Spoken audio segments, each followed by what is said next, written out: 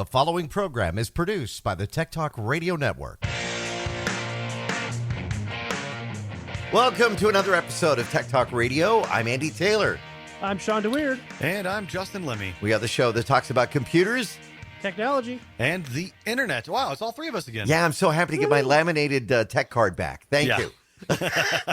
In a special ceremony, Justin reissued my card to me, so thank you. Yes. For my not knowing the correct update pattern for Windows. I caught a lot of flack from some of our friends that are on Facebook. How was solitary confinement, by the way? It was rough. I couldn't touch tech. Yeah. You know, there's a lot that has been happening. So much to talk about. I mean, we've got everything from Windows 365 for the gamers that are out there. The very confusing Steam. I'm going to call it the right thing. Steam Deck. Which sounds so much like ElGato Stream Deck. Mm-hmm. So now it's funny because I was at Best Buy the other day and I was looking at a product that maybe I could show on the tech segment for Fox, and I actually picked up the ElGato Stream Deck XL. Mm-hmm. Oh, nice! And I'm looking at it, I think, this would be kind of cool to talk about on Fox. Talk about how you're streaming. You could utilize this, and you guys know I use Wirecast, which has a lot of those features that you get with Stream Deck really built into it. Mm-hmm. And I'm reading the back of the box, and it doesn't mention Wirecast. It mentions OBS Studio, YouTube, Facebook Live, whichever ones you're doing. For listeners who don't know, ElGato's been around a long time. We've talked about them in the past. We had a capture card for them that we really liked. Stream Deck is what you use, Justin. So I called Justin, and I said, hey, tell me what you can about Stream Deck, because I'm thinking about getting it to show it for TV. Well, it's basically just it's just an extension, really, to your keyboard. The Stream Deck is the one I got is, let's see, 1, 2, 3, 4, 5. It's a 15 key Stream Deck. I think that is the XL, isn't it? No, the XL is 22 keys. Is it more 23? keys? Yeah, the XL is more. Yeah, so the 15 is the medium one. They have one that's like 6 keys for real small streamers, or just you don't really need a lot of stuff going on. But anyway, I got the medium one. It was actually a gift from all the people that had watched my trivia nights, my virtual trivia nights that I did for Brews Beers over the course of COVID. So for my 40th birthday, they all pitched in and got me a gift card. It was a $400 gift card. Wow. Yeah, so that was like amazing. So I bought a Stream Deck with that, and that allowed me to add more effects to it. But again, going back to what the Stream Deck is, it's just an extension. It's just a hotkey system. It doesn't do anything by itself. Like, that's what I was thinking. I thought, well, if somebody is doing a stream, this will allow you it creates the graphics for you and puts that overlay. So that's not the case. No, it does not. It doesn't do any of that. It just simply fires off the macro or the command that you set it to. So if you want those graphics that you find in like video game streamers streams, you need to have something like OBS, Open Broadcasting Software. It's free. That's why they call it open. You can download it, you can install it, and then you got to build your scenes. And basically what you then do is within the software for Stream Deck, there's a section for OBS because they do work very closely with OBS. Mm-hmm. So there's a section in there that says, okay, advanced scene or call graphic or whatever. But it's just a hotkey. You have to build it yourself. Yeah. And then when you attach that direction to the button, you say, when I press this button, I want you to do this. Right. Then it fires off the scene in OBS or in YouTube or Facebook gaming or whatever. Then again, most Facebook gamers and YouTube streamers, they use OBS anyway. Right. But you can do the same thing with Wirecast. I mean, Wirecast, I'm sure, has certain hotkeys. So you can create the scene and do an Alt-W or whatever. So instead of having to press Alt-W, you just simply tell the Stream Deck, when I press this button, I want you to do Alt-W. Mm-hmm. And then, so it's a one-key system. So a lot of people use the Stream Deck for streaming. They use it to create content for their video game streams or whatever they're streaming, chatting or whatever.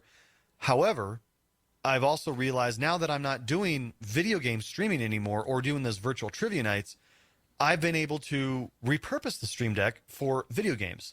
So, for instance, I just recently got into Final Fantasy XIV Online. I've repurposed my Stream Deck to use certain features within the game. So if I want to bring up my character sheet, I can just press one button. If I want to bring up an emote, where an emote would be if I want to wave at somebody, but I also want to say in chat, hey, how you doing? Or something like that. It's a macro. I just programmed it to do the macro, and I just hit one button, and my character will wave and also say into chat, hi, how are you? Again, it's just a little macro keyboard, and you can do things with like, well, heck, I'm sure you can do it with like Excel or Word. Right. If you're using that a lot, and you're using these Alt-W or Alt-F3 or whatever these weird key combinations you have to press, you can do that with a Stream Deck. Shawn, you use the ATEM Mini. Is that the same kind of concept? Or does the ATEM Mini come with some of these graphics that are ready to go? So the ATEM Mini has a little bit of built-in. I can do picture-in-picture. I can do some limited DVE effects. Because I have the base version of the ATEM Mini, because they have the Pro, they've got an ISO version, and then they have the ATEM Extreme. This one doesn't do as much, but I can do a chroma key. Right. I can do that kind of stuff on the panel itself.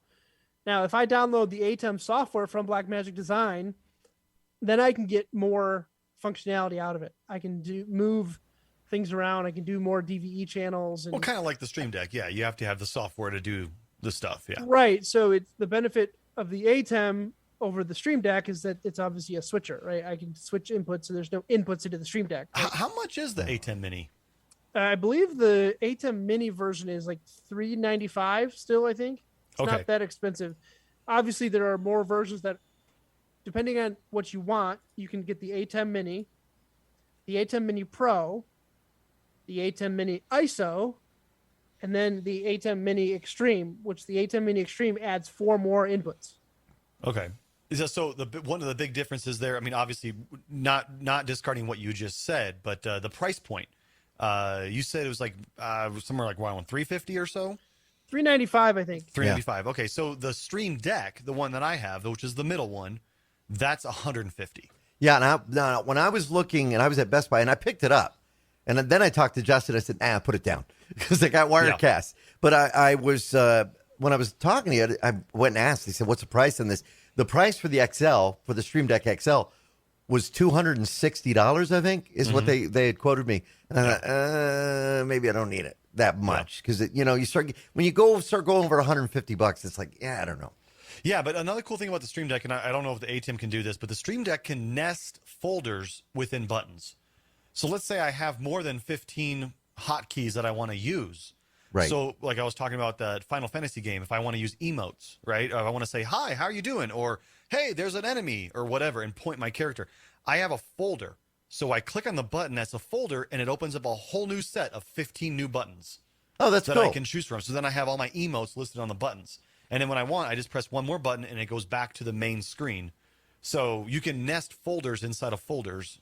So yeah, that's pretty cool. So now we talked about back when the pandemic started, and Shawn, that's when ATEM was really, they put out their ATEM Mini, and we had the representative on the show talking about it the whole bit. But that was becoming a really popular item for churches, houses of worship that were doing this, that maybe didn't want to invest in the Wirecast. They wanted to have this. Do you find that people are still using the ATEM Mini now that things have kind of gone back to in person? Absolutely. They're doing it. Mm-hmm. The benefit, you've seen it a lot with churches. A lot of people are very happy to have the flexibility to, I can go in person, or I can watch from home. Right. Mm-hmm. So you're still seeing all of that. None of that is going away. And you just saw more of it, right? There were a lot of churches, especially around here, and churches that I volunteered at, that have been doing that for a long time. It's it's easier. The hardware prices have come down, so now it's cheaper for a house of worship to get in and do a higher quality production on the cheap. I gotta ask though, and I'm not really trying to disrespect anything. I'm trying to make light of the situation, but like, if you do a virtual church service, like instead of passing around the offering plate, did they pass around like a QR code on the screen? That's a good idea. I mean, scan here to donate. I mean, I'm honestly curious. Like, how do they make money? Because you think people don't go to church. this is how churches make money. You are correct. Churches definitely saw a decrease in giving.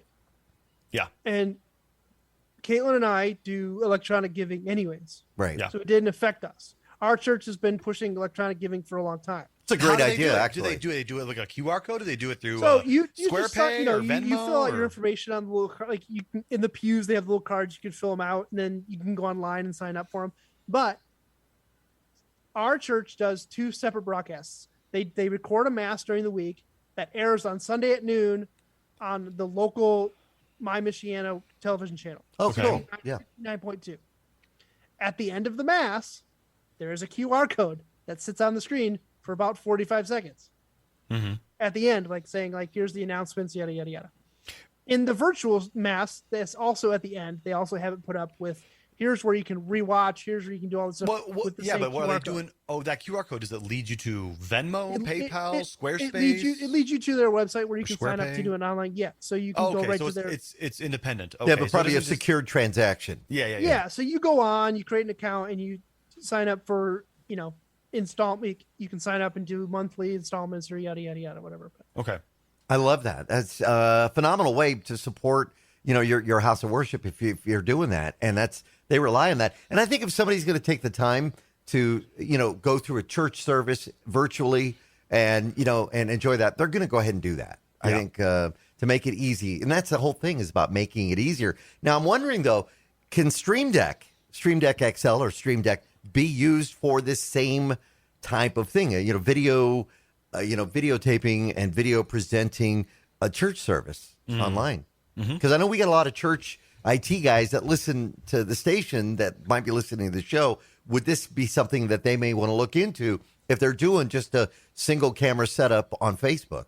If you're looking to do a single camera thing, if you're looking to do different scenes and stuff like that, I don't know if necessarily a Stream Deck is going to be where you're going to want to go. I mean, if you're trying to do different scenes and green screens, or every time somebody subscribes to you, you can hit the button and it'll flash an emote or whatever. Like, that's more or less what you're looking for. You're looking to automate those types of things with the Stream Deck.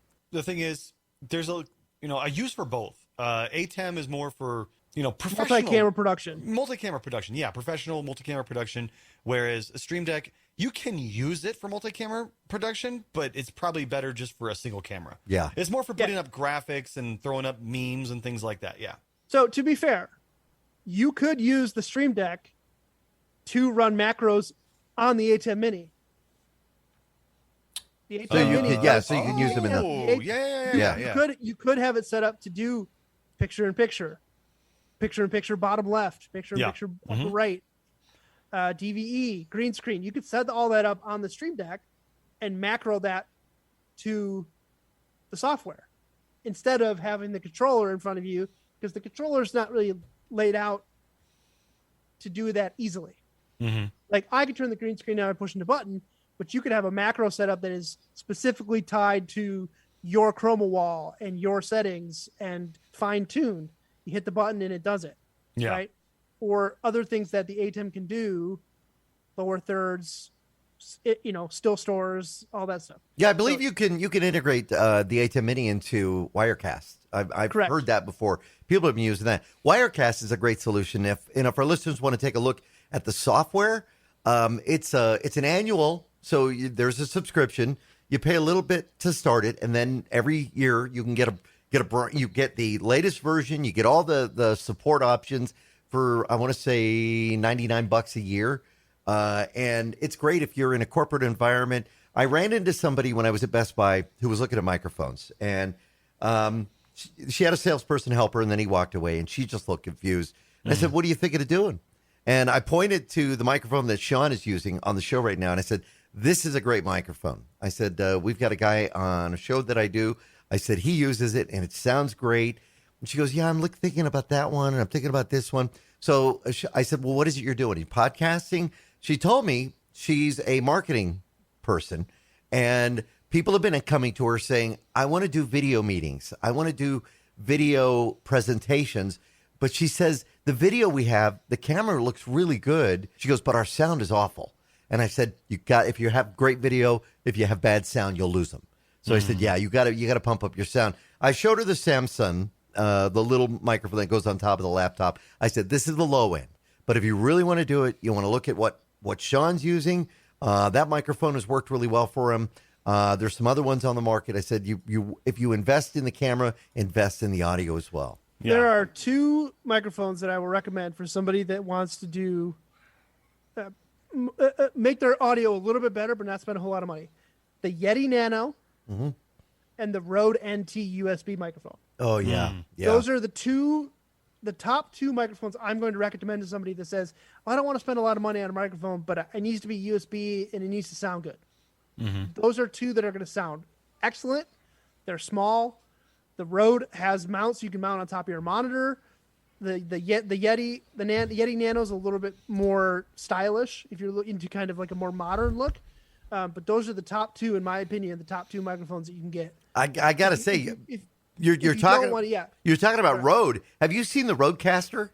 The Rodecaster, I want. If you're you want to do a podcast or a group, chat, Rodecaster is like all in one. Everything is there.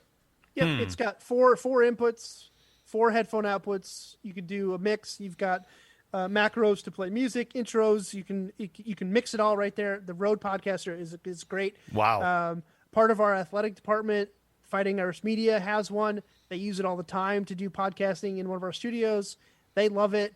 We can get a line out of it into our system if they need to record. It works really well. We've integrated it into our studio, so if they come in, What if you're on the road? Like, does it come with like an SD card slot? Or I think it does, doesn't it? It doesn't have the ability to record. You can record locally as well. I mean, it also is called the Rode. Yeah, I just want to make sure because you said a line out. I just want to make sure you could actually record without. Oh no, yeah. We use it more in a studio setting for podcasting, but they travel with it. So they travel with the teams and do podcasting all over. So it's just an SD card slot then? Yeah. Yeah. Now, and it's RODE. If anybody want to look that up, they sell them at Guitar Center, but I think last time I looked, they were like $500-$600. But again, $599. Yeah, wow. it's an all-in-one solution though for that. And not long ago, I consulted Eli Crane from Bottle Breacher about setting up and doing a regular podcast. And this is before we knew about the Rodecaster. And I wish we would have gone that way because we really went with a solution that's a mixer and a microphone and this thing to do this and this to do that. If you're looking for this kind of solution, the Rodecaster would really be a great way to go. I mean, I really like that. Now, there was a little confusion, though, when I was talking to Justin. Because we were talking about, so I'm talking about Stream Deck, and then he says, do you know about Steam Deck? And I'm like, no, did they make that too? And it turns out there's a big announcement that came out this week, and I kind of wonder, is Nintendo getting a little nervous? Yeah. So you've obviously heard of the Nintendo Switch. That's the handheld video game device. Well, Steam, which is pretty much the eminent place you would go on a PC to buy games. You buy games through Steam, and then you have a Steam library that contains all of your games you've bought and Purchased. Purchased. I like boughten. That's a good word. That's not even a word, is it? Boughten, purchased, Botany. whatever. But yeah, so you can install them like any computer that you own. You can just carry your Steam library with you. Well, Steam, which is made by Valve, the company Valve, they just announced pretty much, what was it? Last Thursday, something like that. Pat last week. They announced the Steam Deck. So again, yes, it's very similar to the Stream Deck. It's called the Steam Deck, and it is a handheld system. It looks a lot like the Sega Game Gear. It does. It's got from back in the day, a 7-inch screen that is pretty good. I mean, it looks like a great screen. Yeah, it's a decent screen. It's handheld. It's got the analog controllers. It's got a directional controller. It's got a touchpad on both sides for more of like a mouse movement kind of thing. It's got a few buttons on the back, a few buttons on the top. So it's got more buttons per se than the Nintendo Switch. But what's interesting about is just, like I said, it's not only just the name is very close to ElGato Stream Deck. Yeah. And it's still yet to be found if that's going to be the final name. I mean, there is a website, SteamDeck.com. SteamDeck.com is where you can find the information on this handheld device. But Nintendo, I think they got to be shaking in their boots. Yeah. Because Nintendo has had the Switch since 2017. And they would right? keep talking about Switch Pro, but Yeah, the closest we're getting is this new OLED model. Yeah, basically that's what Nintendo's doing. It's like everybody's sitting there saying, "Hey, Nintendo, it's time to upgrade your system. Let's get a new Switch, a Switch Pro that's got a better CPU, a better graphics card, a bigger screen." Nintendo's like, "Oh, bigger screen? Sure, why not? We'll give you a bigger screen." Well, wait, hold up. No. We want a better processor and GPU. No. You're just getting a better screen. That's all they're doing. They're re-releasing the exact same Switch with a better screen. And that's what Nintendo does. They keep shooting themselves in the foot. Yeah, we saw them do out, that with the Wii, really. I mean... Yeah, with the Wii U. Yeah. You know, the Wii was massively successful, and then the Wii U was horrible. But, like, why does Nintendo keep doing this? They don't listen to their fan base. Their fan base is telling them, we want this, this, and this. Now, Valve has listened to them and said, all right, you want to play PC games on the go? Here you go. And so now they're not going to be limited by Nintendo. Again, another thing about Nintendo, their online system is absolutely horrible. Is it? I mean, you basically got to give to find a friend on Nintendo Online. You've got to give them basically your social security number. I mean, you can't look up people by their name, right, or their nickname or their screen name. You got a 12-digit friend code. Oh wow! That you've got to type in just to be able to get them to be on. And then there's no voice chat built in. No voice chat built in. No voice chat. Hardly you know any text You know what they chat. tell you to do?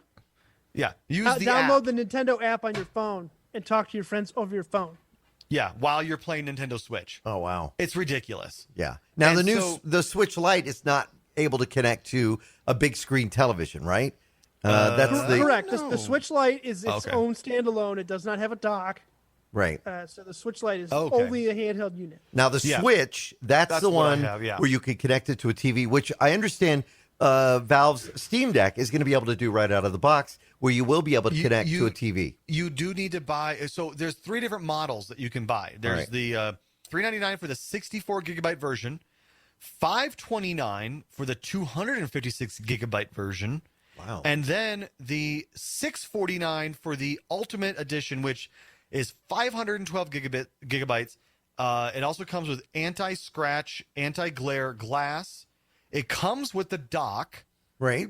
And you get a couple extra things. I guess I don't know exactly what else you get right now. But so with the 64 gigabyte version and the 256 gigabyte version, you have to buy the dock separately, which is, I think, rumored to be $65. Right. Why not just get the Pro version, the Ultimate version, right? Yeah. So That number's kind of scary, though, when you're talking. $649. Yeah. For a handheld gaming device. But again, it will play all of the Steam games. So if you can play it on your PC, you can play it on this handheld. And they have quite a massive library when we're talking about my it, right? gosh.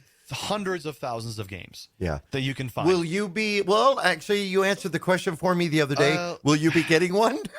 Well, so that's kind of a funny story. I was actually watching some of my favorite streamers on Friday morning when the pre-releases came out, or the pre-orders came out. These guys were, doing their normal streams where they're playing their games, and then they're like, "Oh, Steam Deck is available for pre-order. Let's go ahead and pre-order it, folks." And they would show them trying to pre-order the Steam Deck, and every single time they would just get hung up or get a rejected order or whatever. So they were like losing their minds, like they were not happy. Yeah. And so I said to myself, I'm working, and I'm like, well, let's just go see what happens. So I went on to Steam. I found the Steam Deck pre-order page. I clicked on the most expensive version, the $649 version, and I said pre-order. And you have to put down it's $5, $5 to pre-order it. So I put down the $5, click next, and then it came to the part where it's like, what's your billing address and your payment, whatever. I clicked complete order. And this is where they kept failing. All the people kept failing, and I clicked pre-order one time. Right. 20 seconds later, it says, congratulations, you now have a pre-order. First attempt, I got it. And I started going into these streamers' chats going, hey, I got mine the first time. Now, did you have buyer's remorse right away? No. Because I started thinking like, okay, what games would I want to play on there? Because I do play a lot of Steam games, but right now, all I'm playing is like Final Fantasy 14 Online, which is through Steam.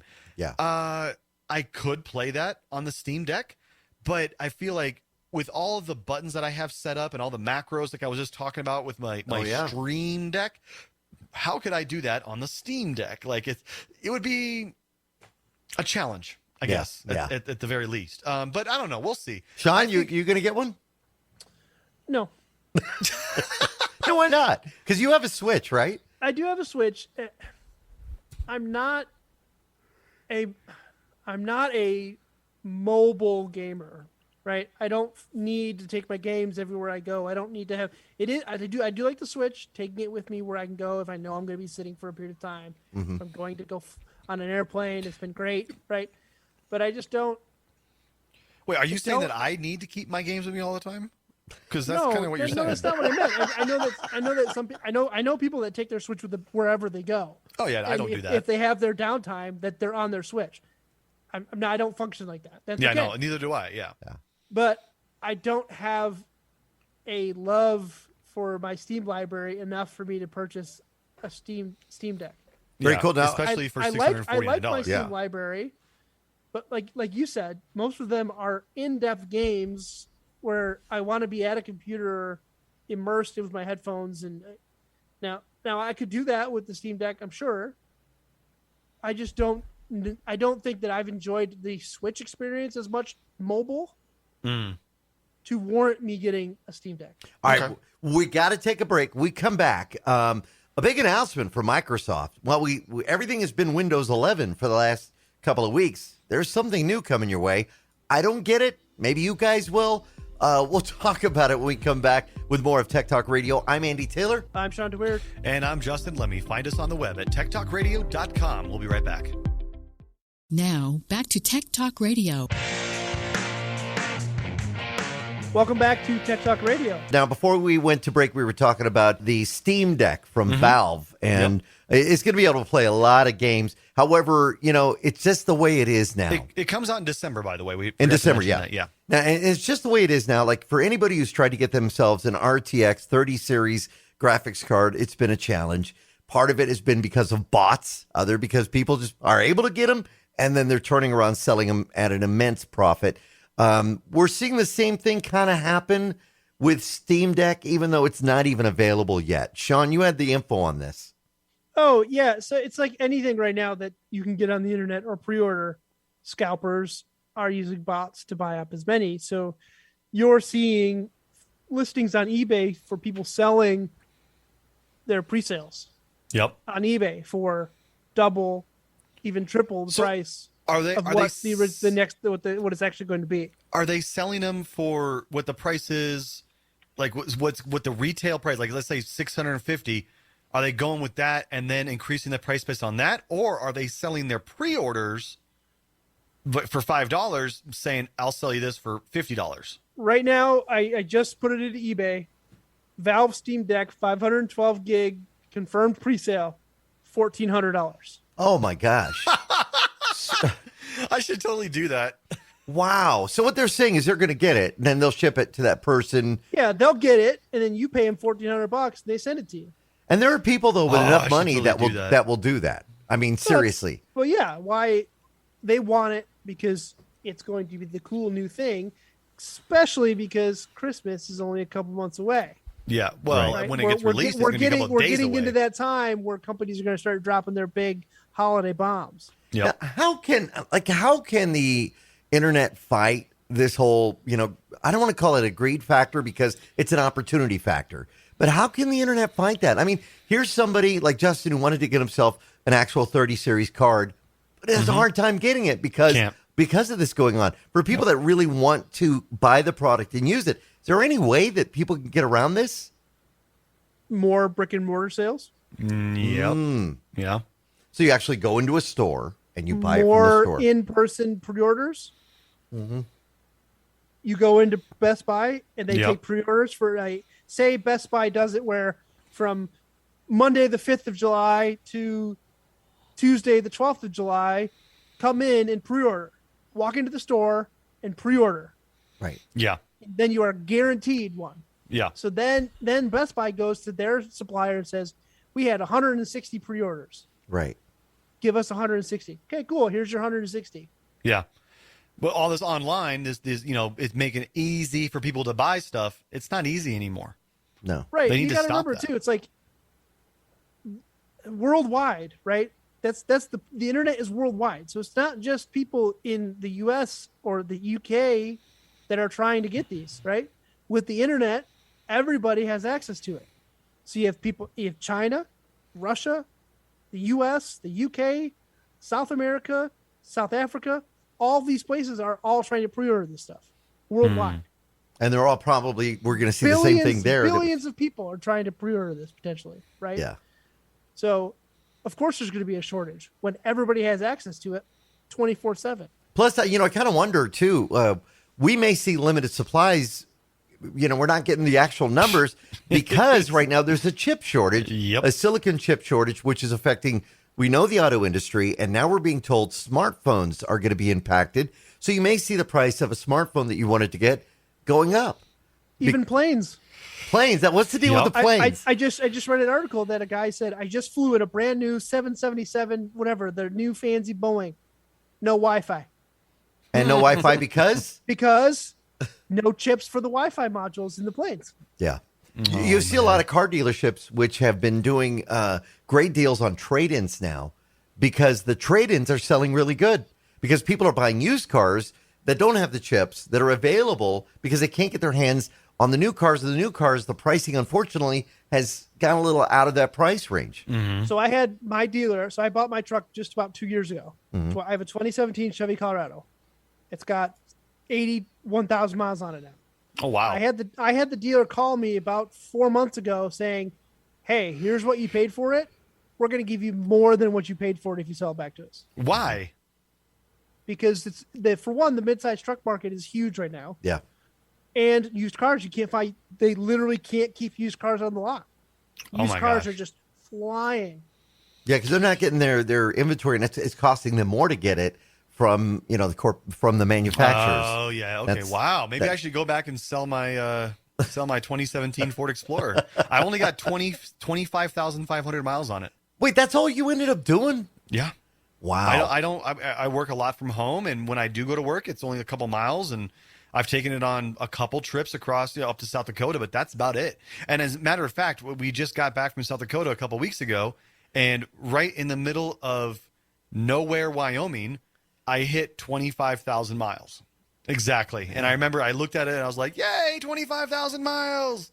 But yeah, seriously, 2017 Ford Explorer XLT, 25,000 miles. I did that in a year and a half. Yeah, you should look at that. They'll probably offer you some pretty good money for it. Yeah, but then what do I buy? That's the problem. Oh, that's right. Yeah. Forgot about that. Tesla? Do you really want a Tesla? Yeah. I just, honestly, I just want a Tesla for that huge like iPad Pro in the middle of the console. And it's not an iPad. It looks like it though, doesn't it? Yeah, it's a huge, I love technology in cars.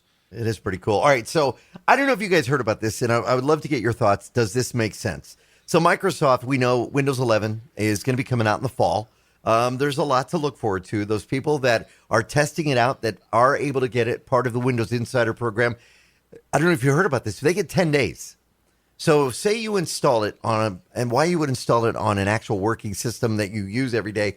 But if you don't like it, you have 10 days to reverse it and go back to Windows 10. And if you do go back in that 10 days, you can't reinstall the Insider for Windows 11. So you kind of got to roll with it. So you want to make sure you don't put it on a production machine. So Microsoft announces this past week that they have a new service. It's Windows 365 that the company said is going to be a cloud-based PC that will allow you to go to a terminal or a computer, log in, just like you do with Office 365, right? Like Office Online. Log in, and there is your Windows. You've got your programs, your whole bit. Nope. Especially when you find out the price, Justin.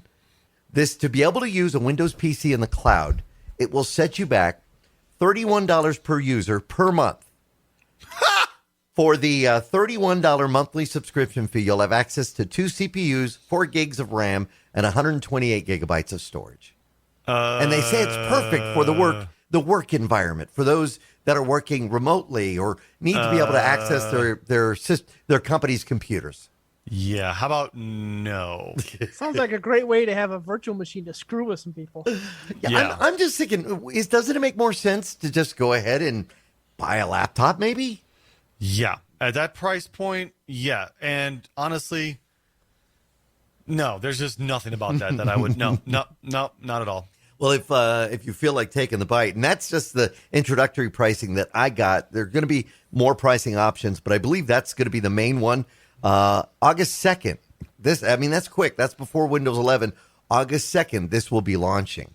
And, it's one of those things I want to see what it looks like and get a feel for it. And I don't know if our friends at Microsoft will let me do it, but because I'm not set on the idea either. I honestly think, if you're a company, just give your employee a laptop. It's going to be cheaper in the long run. Yeah, or just set up virtual machines in a data center like I have, and I can access my machine from my company laptop, but I access a virtual machine.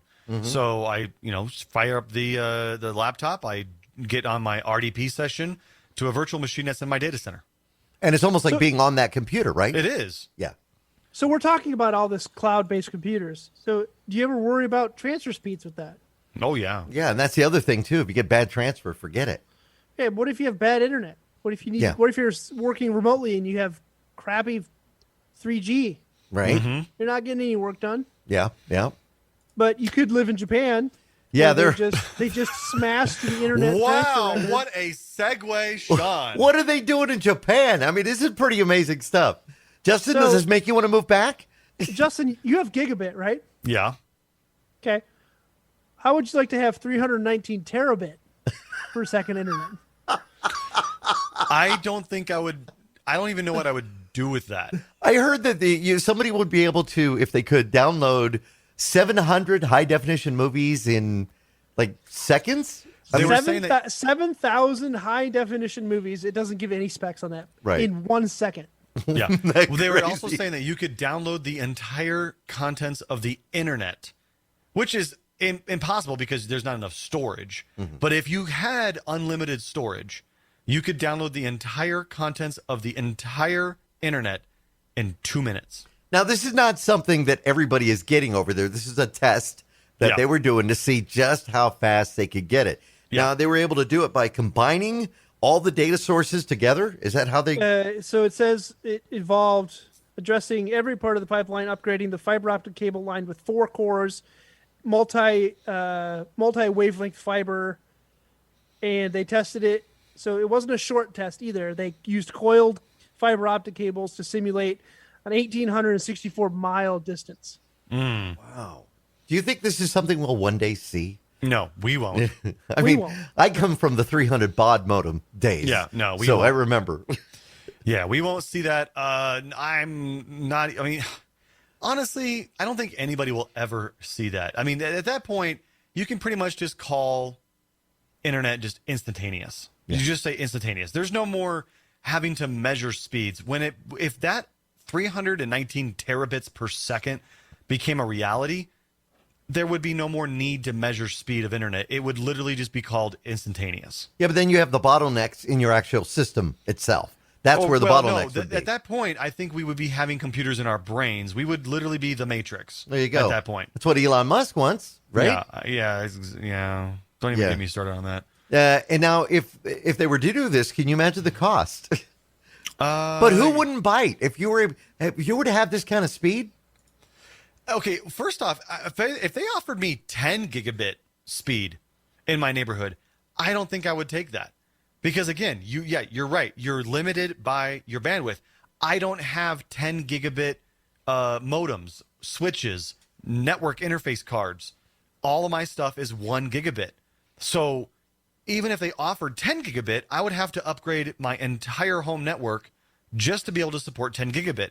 And even then, the chances of you actually getting 10 gigabit speeds are very nil because most websites, services, other people are going to have gigabit or less. Now, I'm wondering, you lived in Japan for I had a great gigabit deal. speeds back in 2005, 2006. So I was going to say, is the internet backbone in Japan actually pretty good? Oh yeah. I mean, but honestly, like, okay, so I got fiber here, right? My service is considered fiber. I only have fiber up to the outside of the house, and then it goes copper Ethernet inside the house into my modem. And that's where you lose some. You lose a little bit there. In Japan, I had fiber directly to the modem, like in my house, The modem sat with a fiber cable plugged directly in, and it was single mode fiber, which is long run, long distance. Yeah. But my speeds are pretty much on par. Like in Japan, I was getting a solid 990 down, 990 up. Right. Here with Gigabit, it does vary a little bit, but I usually get around 850 to 900 down, and then about 900 to 925 up. Man, lucky man. I know, right? And I only pay $65 a month. Are you kidding me? Yeah. I'm paying 120 for Xfinity. Actually, no, I take that back. It's $65 a month for the service, and then I got a $30 modem rental fee, which I still do want to replace the modem with my own eventually. Yeah. But yeah, so it's like $90 a month. Yeah, I use my own modem, and I'm getting, let's see, I'm going to say 580 maybe down and 20 up. And I'm paying almost $125 a month for that. Yeah, 120 down, 18 up. Wow. Let me and do what a are you speed paying? test real quick. What are you paying, Shawn? I think we pay $60 a month. Wow. Okay. Maybe While we're doing this show, again, as taking up bandwidth, I'm doing a speed test right now. Right. And I just hit 780 down and 912 up. That's amazing. I can't even imagine. Yeah. That's amazing. Wow. All right. Well, we're going to take another quick break. We come back. We've got more of Tech Talk Radio. I'm Andy Taylor. I'm Shawn DeWeird. And I'm Justin Lemmy. Find us on Facebook at facebook.com/Tech Talkers. We'll be right back. And now, back to Tech Talk Radio. I got something new a couple weeks ago, and I want to talk about it. It's a backup solution. Now, you talked about Acronis True Image and things like that. That's great for backing up your computer. Yeah. Yeah. I got something a little bit different. I realized that the hard drives in my computer were starting to fail. I hosted all my documents on there, pictures, my Plex library, things like that. And yes, it was being backed up to an external hard drive, but I wanted more. I wanted to do something more, and I wanted more redundancy. And so I looked at Synology. And Synology is SYNLOGY, Synology Labs. They make products, they make disk stations, like network attached storage, NASs. So I bought the DS920 Plus, and you can look that up. It's a 4-bay hard drive NAS. What makes this different than just an external hard drive is it's actually a computer built into it.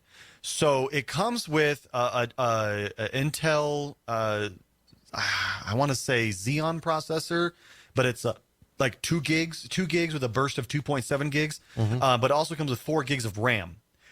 Upgradable to an official 8 gigs of RAM if you buy the Synology branded 4 gig expansion module, which I did not do because I saw a YouTube video about how you can put more.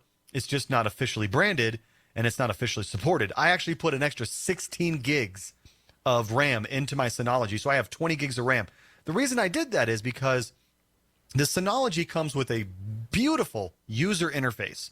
It's very easy to set up, and it comes with a beautiful user interface that allows you to install other things. What I installed was Virtual Machine Manager, which allows me to basically run virtual machines off my Synology NAS.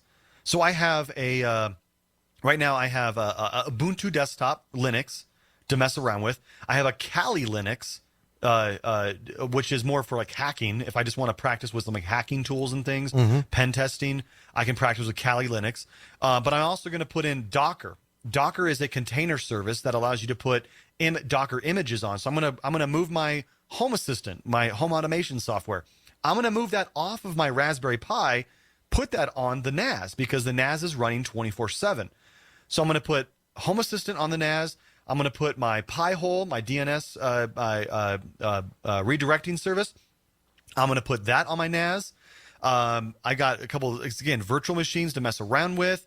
I also put all of my Plex library on my NAS. Nice. So if you notice, Andy, if you go to your Plex and you try to look at my, Justin's server, it's no longer available because I've renamed it and I've added a different server. So I have to reinvite all my people that I want back on it. But I moved all my Plex over to the NAS, and it works so much better because it takes all that load off my PC. My PC doesn't have to run 24/7 now. I can put it to sleep at the end of the night when I'm not using it, and I don't have to worry about losing anything. So even if say you were going out of town, you don't want to leave your computer on. you could shut down your computer and then be able to access your NAS from a remote location. Absolutely, yes, and it does come with built-in remote access via its own, custom link that it creates for you. It also has an app that you can put on your phone to sync your photos. So you have to pay. whenever You have to pay for a monthly for that? Nope. Oh, nice. Not at all. Nope. Yeah. So instead of backing up to Google Pictures, which I still do, I can also back up all my photos directly to the NAS, just with a click of a button. So yes, unfortunately, you do have to open the app. And then it will search all your pictures and say, oh, I need to upload these 10 pictures. And it does it for you. Oh, cool. I wish that the app did it automatically, but it's still nice to be able to update all my pictures to it. But so what I have in it, again, I said it's a 4-bay drive or 4-bay system. I have 2 terabyte drives in each bay, but I have it in a RAID 5. So yeah, RAID explain 5 for our is listeners who don't know what RAID is. So RAID stands not a bug for killer. Yeah, RAID stands for Redundant Array of Independent Disks. So, in essence, I have 4 2 terabyte drives, but when I look at it on my system, I have 1 6 terabyte drive. Now, you may be saying, wait, well, hold on. You got 4 times 2 is 8. Why do you only have 6? Yeah.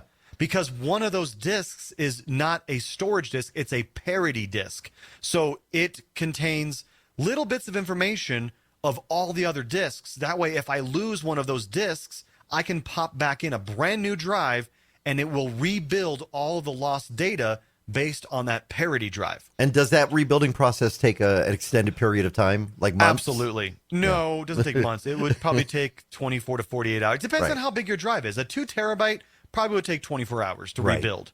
But if you lose a second drive in a RAID 5 array, you're done. Yeah. You lost all of your data. So when you have a disk error, you need to take care of it right away. And that's one other thing about Synology is pretty cool is they'll send you alerts, like an email. If it feels and like your disk is... Yeah, it'll send you an alert saying, hey, disk 3 is not working right. You better check this out. So I love the Synology. It's great. Now, what does it set you back again? I know we talked about it, but... Well, the Synology itself, which does not include the disks, the Synology itself was $650. Right.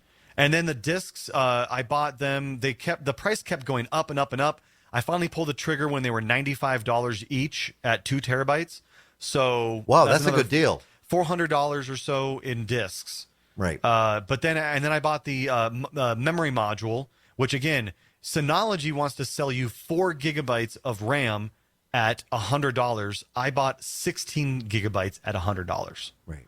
And it works. So yeah. So all in all, what does that put together? $1,300, $1,200, something like that.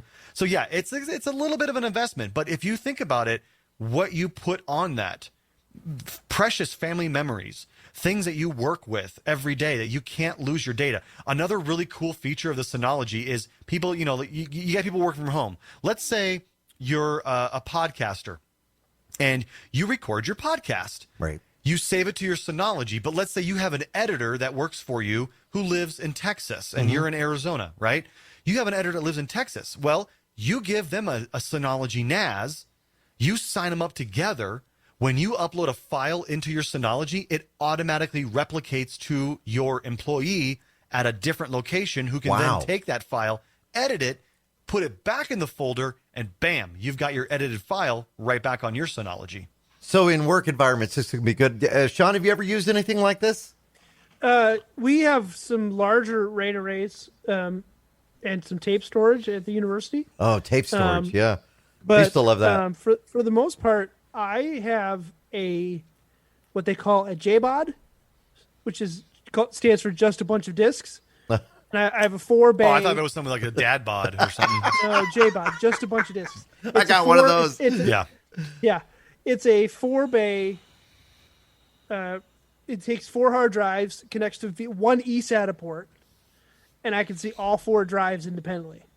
Now, do you have to be an IT engineer to be able to do this stuff? No, not with a Synology. Not with the Synology, no. But the way I'm trying to do it, it's complicated because I had to find a RAID card that would take eSATA, do SATA multiplying. It had to be a SATA multiplier port to be able to take those 4 SATA drives using eSATA to combine them into one drive if I wanted to do it as a rig. Right. Which Wow.